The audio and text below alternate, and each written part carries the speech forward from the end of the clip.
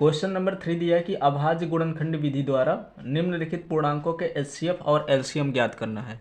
यानी कि ये जो नंबर दिए हुए हैं इनके हमें एचसीएफ निकालना है और एलसीएम निकालना है, वो भी अभाज्य गुणनखंड विधि के द्वारा। तो अभाज्य गुणनखंड विधि हमने पहले क्वेश्चन में पढ़ा था, दूसरे क्वेश्चन में भी पढ़ा था, इस पर भी निकालना है। तो जब 12 का हम निकालेंगे, पहला नंबर सॉल्व करेंगे, तो जब हम 12 का निकालेंगे तो यहाँ पे 2 से डिवाइड करेंगे तो 2 6 जा 12 होता है। फिर ये 2 से डिवाइड होगा तो 3 आएगा। अब फिर अब ये 3 से डिवाइड करेंगे तो 3 1 जा 3 हो जाएगा। तो इसके जो अभाज्य गुणनखंड हैं वो 2 इंटू 2 इंटू 3 हो गए। अब हमें निकालना है 15 का, तो 15 का भी निकाल लेंगे। तो 15 के अभाज्य गुणनखंड हो जाएंगे, 3 से डिवाइड करेंगे तो 3 5 जा 15 और इसको डिवाइड करेंगे तो यहाँ पे 5 टाइम्स जाएगा। तो 15 के जो अभाज्य गुणनखंड हो जाएंगे वो हो जाएंगे 3 और 5। इसको हमने इस तरह से लिख लिया ताकि दोनों में कॉमन भी समझ में आ जाए।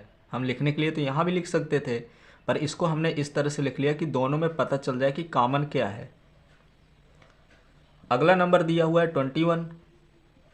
तो 21 हमें यहाँ पे पता है कि 3 की टेबल में आता है, तो 3 7 जा 21। अब ये 7 से काटेंगे तो 7 1 जा 7 हो जाएगा। तो 21 के जो अभाज्य गुणनखंड हो गए वो आ गए 3 इंटू 7। अब हमको निकालना है एचसीएफ और एलसीएम। तो एचसीएफ निकालने के लिए हमें क्या करना होगा कि जो दोनों में कॉमन होगा वही लेंगे। तो दोनों में कॉमन हमें दिख रहा है 3, इसीलिए हमने इसको इस तरह से लिखा था ताकि हमें समझ में आ जाए कि कॉमन क्या है। तो 3 हमारा हो जाएगा एचसीएफ। अब हमें निकालना है एलसीएम। तो एलसीएम निकालने के लिए जो नहीं मिल रहा है उसको भी लेना है, यानी कि 2 इंटू 2। जो मिल रहा है उसको एक ही बार लेना है। इधर 5 नहीं मिल रहा, 7 नहीं मिल रहा, तो इसको भी हम लेंगे। एचसीएफ में जो मिलता है उसी को लेते हैं, एलसीएम में जो मिल रहा है उसको एक बार लेना है और जो नहीं मिल रहा उसको भी लेना है। अब इसके बाद हमें क्या करना है कि जो इसका एचसीएफ आया है वो 3 आया है, और जब हम इनका इंटू कराएंगे तो अगर हम 5 का इंटू 2 से कराते हैं तो ये तो हमें 10 मिल जाएगा। 3 का इंटू 2 से कराएंगे तो यहाँ पे 6 मिल जाएगा और इंटू 7 7 6 जा 42 होता है। 42 का इंटू 10 से कराएंगे तो यहाँ पे 420 आ जाएगा इसका एचसीएफ। तो हमें इस तरह से इसका एलसीएम निकालना है और एचसीएफ निकालना है। तो यहाँ से क्वेश्चन नंबर 3 का फर्स्ट पार्ट कंप्लीट हो गया। अब सॉल्व करना है हमको सेकेंड।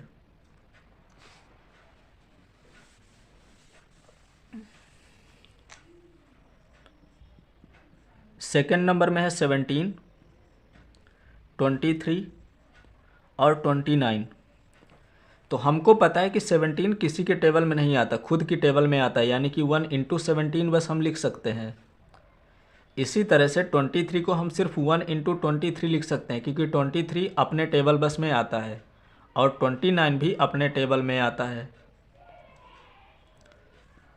इसके अलावा हम किसी को अभाज्य गुणनखंड के रूप में नहीं व्यक्त कर सकते। तो अब हमें एचसीएफ निकालना है। तो इनका जो एचसीएफ होगा 1 तीनों में कॉमन है, तो एचसीएफ हो जाएगा 1। और एलसीएम जब निकालेंगे तो एलसीएम हो जाएगा यहाँ पे 17 इंटू 23 इंटू 29। 17 हो गया, 23 हो गया और 29 हो गया। 1 को लेंगे तो 1 का मल्टीप्लाई जब कराएंगे तो 1 ही आए और पूरा नंबर वही आएगा। जैसे 21 का इंटू 1 के साथ कराएंगे तो 21 आएगा, यानी कि 1 का मल्टीप्लाई कराने पर कोई फ़र्क नहीं पड़ेगा। फिर भी ले लेते हैं यहाँ पे। अब इन तीनों नंबर का हमको मल्टीप्लाई कराना है, यानी कि 17 इंटू 23 इंटू 29। तो इसका मल्टीप्लाई आ जाएगा 11,339। ये इसका आंसर हो गया। तो इन तीनों इनका सबका मल्टीप्लाई कराएंगे तो 11,339 आ जाएगा आंसर। इसी तरह से हमें थर्ड नंबर भी सॉल्व करना है।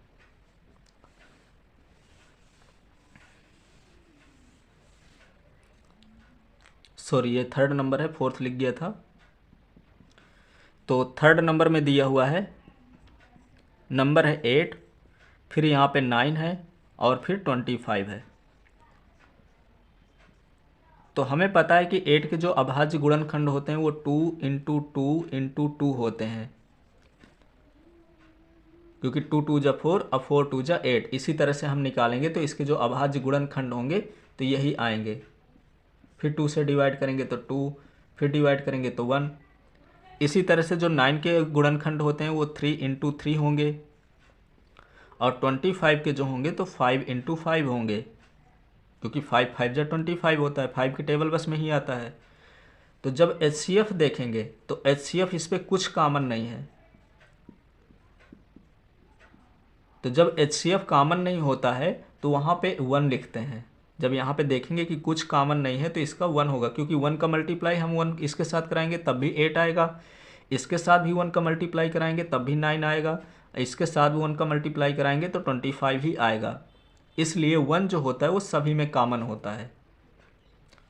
अब हमें LCM निकालना है। तो LCM में जो मिल रहा है उसको लेना, जो नहीं मिल रहा उसको भी लेना है। तो यहाँ पे 2 2 2 किसी में नहीं मिल रहा फिर भी हमें लेना है। 2 2 2, 3 इंटू 3 भी लेंगे और 5 इंटू 5 भी लेंगे, 5 इंटू 5।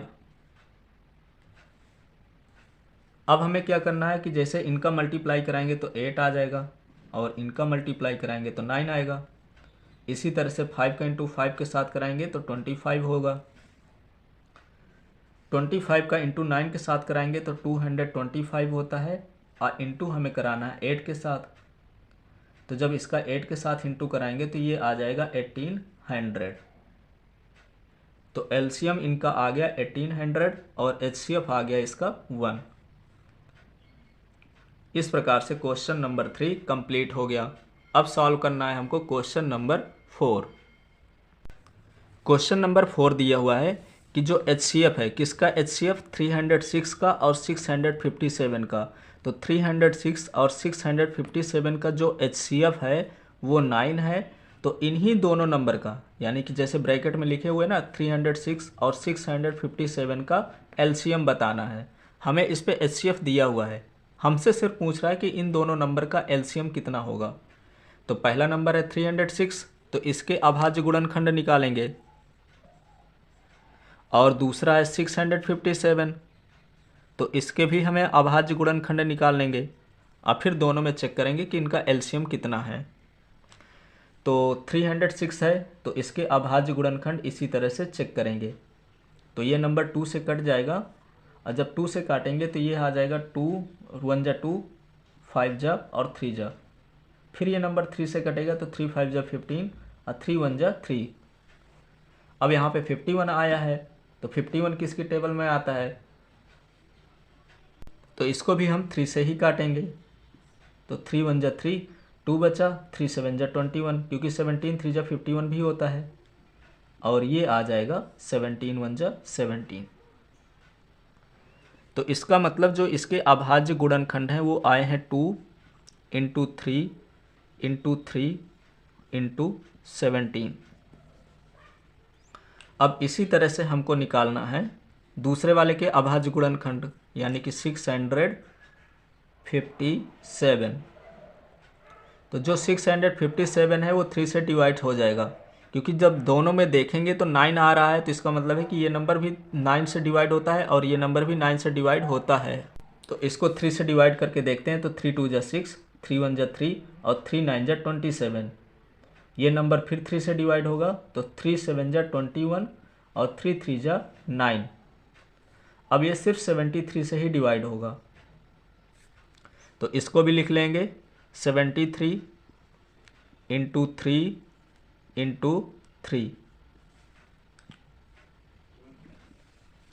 अब इसके बाद दोनों में जो कॉमन है तो उसको कॉमन ले लेंगे। तो यहाँ पे 3 इंटू 3 दोनों में कॉमन है। हमें सिर्फ LCM निकालना है, HCF तो दिया हुआ है, LCM बस निकालना है।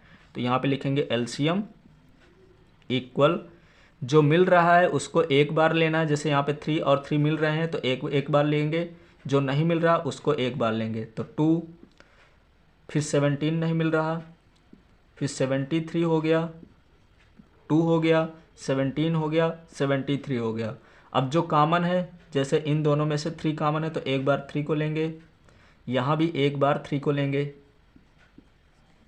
और इनका सबका हमें मल्टीप्लाई करा देना है। तो 3 3 जा होता है 9 और 9 का इंटू 2 के साथ कराएंगे तो 18 आ जाएगा। और ये 17 है और इंटू में 73 है। अब इसके बाद क्या करना है कि 18 का इंटू 17 से करा दें या 17 का इंटू 18 से करा दें।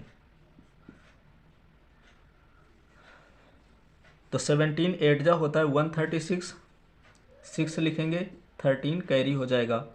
17 1 जा 17 और 13 कैरी प्लस कर देंगे तो 7 और 3 10, 1 1 2 फिर 1 कैरी, यानी कि ये आ जाएगा 306। जब 18 का इंटू 17 के साथ कराएंगे तो 306 आ गया। अब हमें मल्टीप्लाई कराना है 73 के साथ।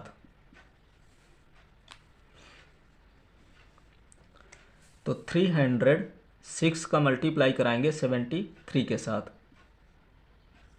3 6 जा 18 होता है, 1 कैरी, 3 का इंटू 0 से कराएंगे तो 0 आएगा, 1 कैरी लिखेंगे, 3 3 जा 9।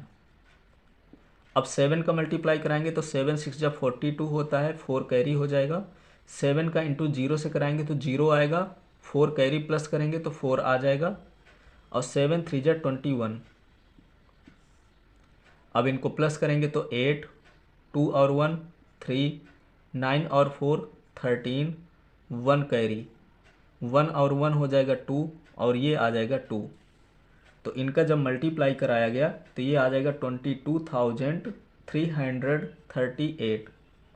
ये इसका आंसर हो गया। इस प्रकार से क्वेश्चन नंबर 4 भी कंप्लीट यहाँ से हो गया।